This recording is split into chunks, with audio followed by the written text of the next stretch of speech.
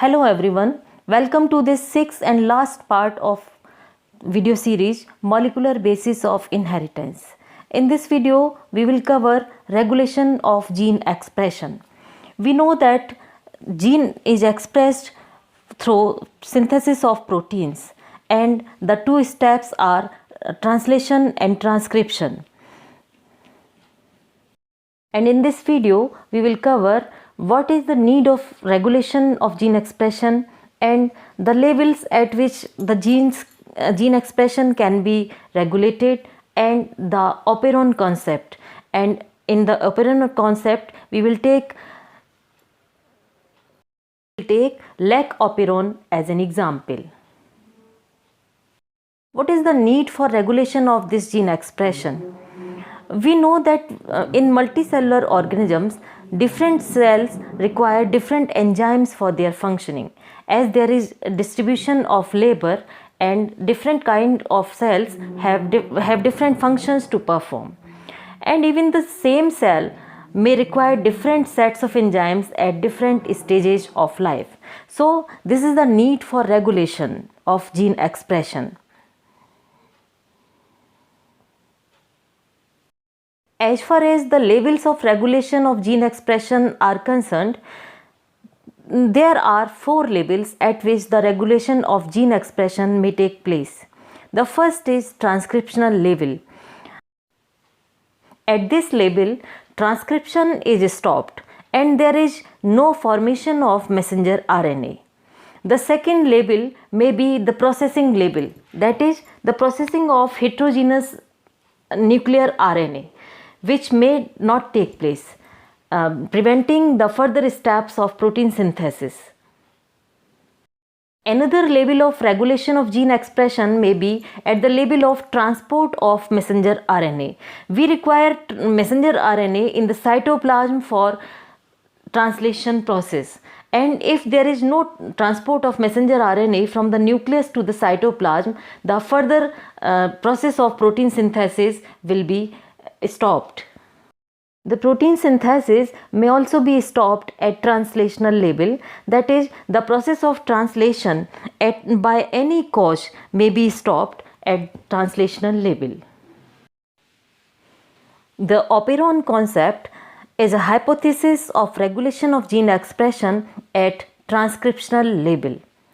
It was given by Jacob and Monod in 1961. They got Nobel Prize in 1965 for the discovery of lac operon. An operon is a segment of DNA which works in cooperation for regulated expression of gene. An operon consists of four types of genes.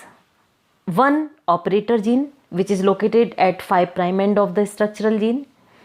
The second is a promoter gene, which is located adjacent to operator gene.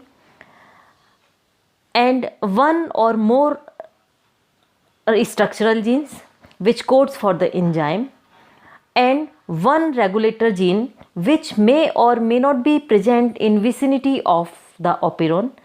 It may also be present in anywhere in genome. The repressor proteins are the product of this regulator gene, and these repressor proteins competitively bind to operator gene and stops transcription. In this figure, you can see the lac operon in functioning. In the first figure, there is lac operon in absence of the inducer. The inducer here is lactose itself. In the second figure, there is lac operon in presence of inducer, that is lactose. Now, we consider the structure of the lac operon. The lac operon consists of one operator, one promoter, one regulator. The regulator gene is shown by small I on the left side. The three structural genes of lac operon are Z, Y and A. Z codes for beta galactosidase, Y codes for permease and A codes for trans-acetylase. These three enzymes are used in lactose metabolism. When lactose is added to a colony of Escherichia coli bacterium, then the bacteria start to metabolize this lactose. And the lactose, with the help of these three enzymes, is metabolized by the bacterial cells in the form of glucose and galactose. Now we will study the lac-operon. The functioning of lac-operon is based on presence or absence of the inducer, that is lactose itself. Lactose is the substrate which requires these enzymes from these three structural genes. When lactose is absent in the medium, the Escherichia coli bacterium has no need of these three enzymes, and in this condition the lac-operon remains switched off. In the switched off condition, the repressor protein is produced by the regulator gene small I, and this repressor protein binds to the operator gene, and RNA polymerase is now unable to bind to the operator.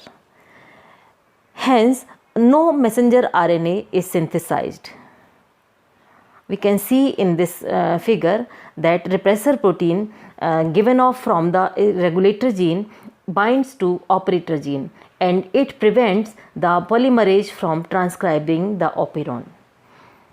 When lactose is added to the culture medium, lactose binds with the repressor protein and changes its configuration.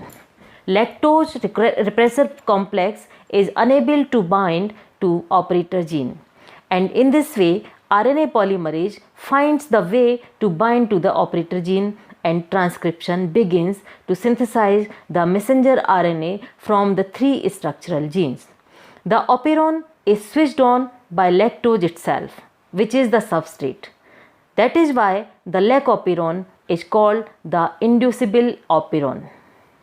Here in this figure we can see that regulator gene doesn't stop producing repressor messenger RNA and the repressor protein, but it is the lactose itself that binds to the repressor protein, and the repressor protein and lactose complex now is unable to bind to the operator gene, and there is binding of RNA polymerase to operator site, and thus producing the messenger RNA from the three structural genes, which gave rise to the three enzymes in their term.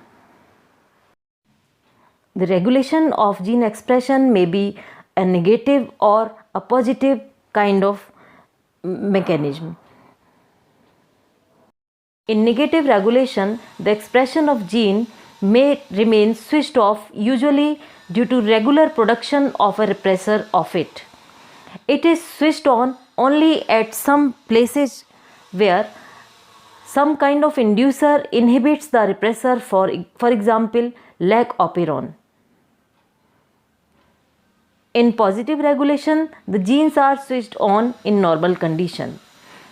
They are switched off only when the product of the enzyme is in adequate amount, for example tryptophan operon. In lac-operon, the operon remains switched off in usual ways. When lactose is added, and lactose here acts as inducer.